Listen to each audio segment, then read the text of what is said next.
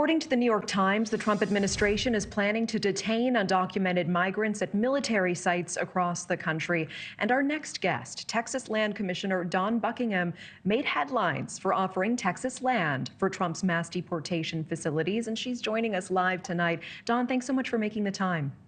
It is great to be on with you. Hello to you and your watchers. I understand the state of Texas recently bought a 1,400-acre plot on the Rio Grande. Tell me more about your offer to the Trump administration.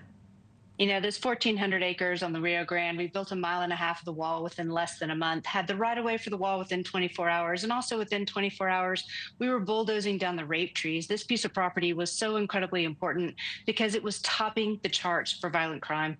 The owner would not let law enforcement on it. So when we took it over, we got the wall built, we got complete operational control of that part of the border, and we stopped the terrible things that were happening to the women and children on that property pretty quickly. You're seeing that extrapolated across the state, local law enforcement, the governor, everyone. We're all working together, of course, with the federal government to end this threat to our families and to the prosperity and safety of our communities. Yeah, you touched on this a little bit. What specifically about this land on the Rio Grande do you think makes it ideal for constructing immigrant detention facilities?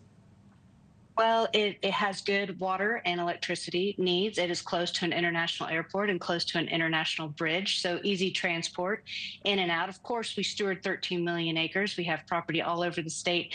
We are talking to the feds as they are kind of figuring out exactly what they need, what facilities that Texas already has. We have 20 detention facilities. Of course, Governor Abbott has offered 4,000 beds, I believe. So we have all kinds of options for the feds because we're united in the fact that we need these violent criminals off of our soil as soon as possible. Yeah, I see the offer on the table. Have you had any formal talks with the Trump administration yet about any of this? We are having conversations, and so again, we're just sort of like a player sitting on the bench. We're like, we're here, coach. Put us in. You tell us what you need, and we will figure out a way to make it happen. I hear it, and I understand it goes far beyond this one plot of land. It's one of 13 million acres total owned by your office. Pretty extraordinary. You've been very vocal about your support of President Trump's mission to secure the border. Tell me more about what motivates your support of the president's plan, as well as Governor Abbott's Operation Lone Star. Well, I tell you what, it's those basic instincts of a mom. You know, as a mom, when I see our children suffering these violent deaths, when I talk to the parents who have lost their children, and imagine losing your beloved child as somebody who had been detained by law enforcement multiple times and allowed to walk out the front door because of the sanctuary policies. And you know that person could have been stopped, and yet you know the horrific death that your child suffered at the hands of that person. And I honestly just couldn't take it anymore. I will not stand by and watch another child or woman abused if we can do anything to stop it. What is your take on Trump's plan to use military bases to detain migrants? Do you think that's the correct step? Well, I think what we're talking about right now are violent criminals. These are people who belong in prison anyway. I think they are going to need high security detention. I think we have the ability to build those compounds pretty quickly. Texas has been leading the way, of course, in the last 4 years, and the Biden administration has been advocating its constitutional duty to protect our border. So we have lots of ideas and tools and entities that can help the federal government with their goals because our goals are aligned. We are so excited to finally have a good partner at the federal level. And we are so excited to really see these violent criminals getting off of our soil. And we look forward to getting every last one of them off. We've recently seen suspected cartel members trading gunfire with U.S. Border Patrol and warnings of possible attacks on U.S. law enforcement and military from the Mexican side of the border.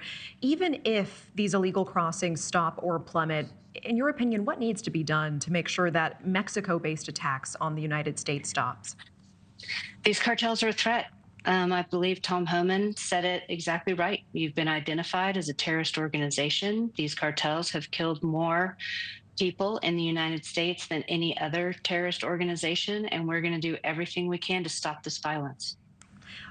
Tell me more about this, because we just heard our Jorge Ventura saying that Hegseth is saying all options are on the table right now. This includes potential strikes directly on the cartels in Mexico. Do you think that is the right step, even if Mexico's government has indicated they do not want this? Well, I think it's whatever it takes. If the Mexican government cannot contain these cartels and the United States has to step in, then that's what we'll do. We'll do whatever it takes to stop this threat to the American people. Dawn Buckingham, appreciate your time tonight. Thank you.